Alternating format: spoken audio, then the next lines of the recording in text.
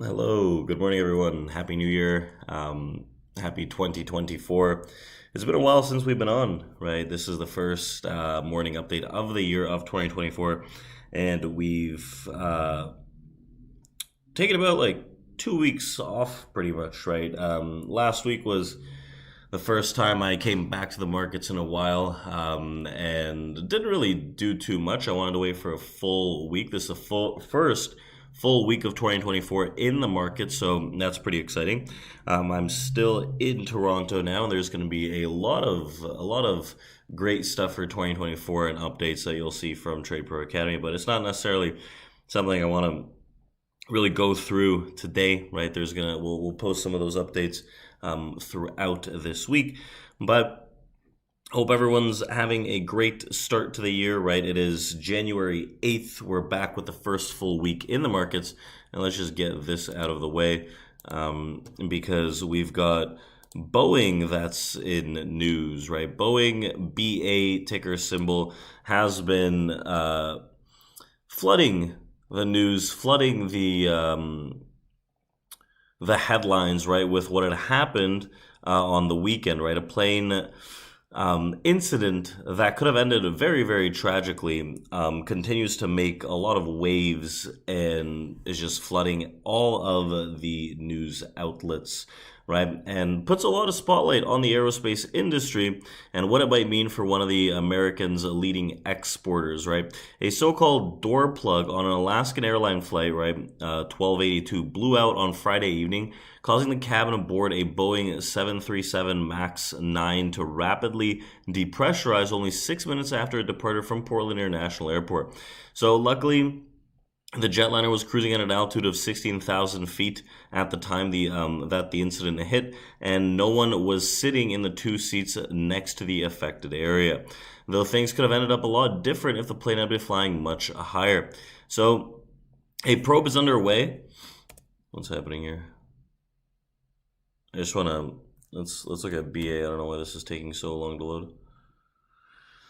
Probe is underway to examine the door plug and a panel where the optional emergency exit door can be placed if a plane is manufactured with high capacity seating configuration. All of Alaskan Airlines aircrafts are permanently plugged, leading many to speculate that something may have gone wrong with the installation of the bolts or the pressurization system aboard the plane.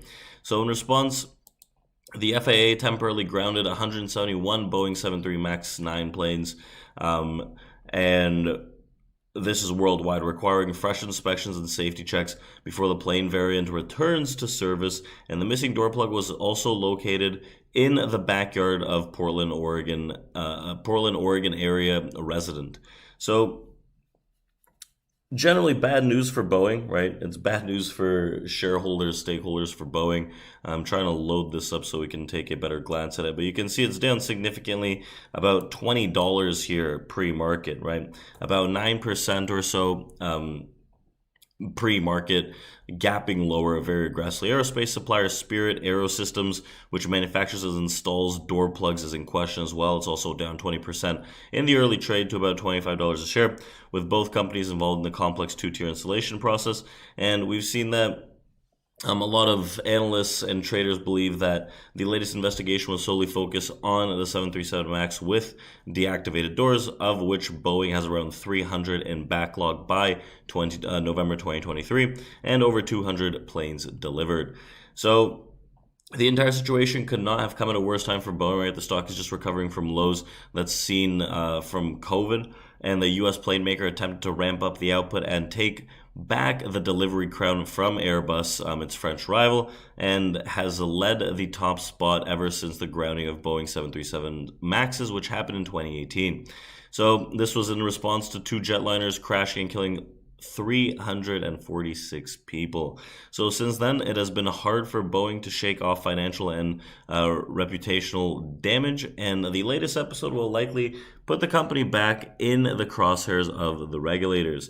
So you can see Boeing, right? It had a pretty strong rally as of recent, right? As the whole market rallied at the end of November, but you're seeing a very, very strong push to the downside here in the equity, right? Pulling lower about, well, it's trying to pull a bit higher here on the pre-market, but it's still down about $28 on the stock.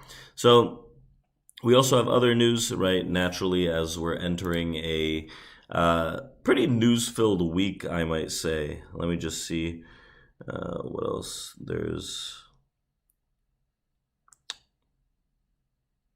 We can talk about spending levels, right?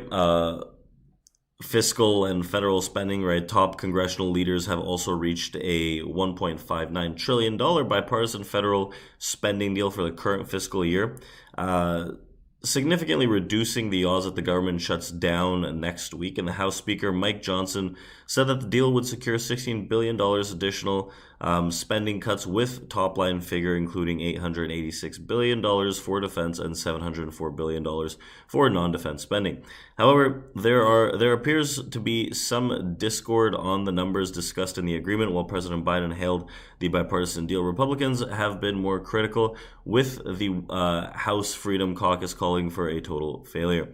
We can talk about oil as well, oil and energy.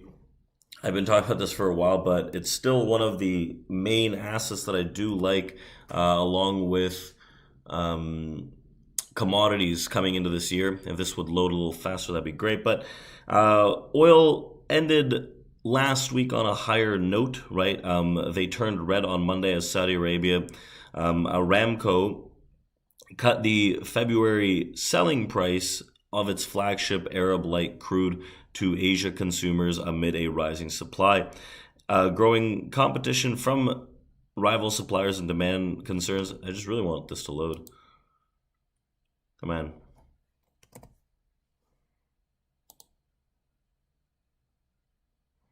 So you can see we're down pretty heavily realistically here on the pre-market session on oil. We started out the session at about 74 bucks, and it's rapidly declining, right? A fairly significant drop here. We're coming back towards last week's lows, actually. Trading now about, we can say about $3 lower from that opening price. So meanwhile, U.S. oil production is now near record lows, with weekly exports at a fresh high, as the Red Sea crisis and the resulting run-up in costs for diverting tankers had driven up demand for cheaper American crude. So traders are also watching closely the U.S. government's oil purchases to replenish the strategic petroleum reserve, which may help in capping oil's slide.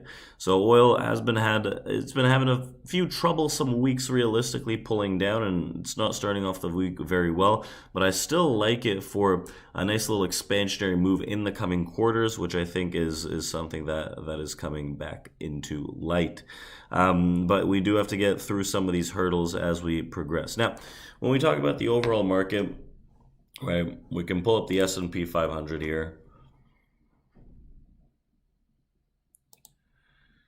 Loading at the pace of a snail. But what's happening with the S&P 500, generally speaking, the first week in the markets is a little weaker, right? When we start off the year, we don't necessarily tend to have the best of weeks, and a lot of people are looking at this as we're finally crashing, markets are going to implode to the downside, and this is the recession everyone's looking for. Now, has there necessarily been a catalyst? Not really. One of the main catalysts here has been the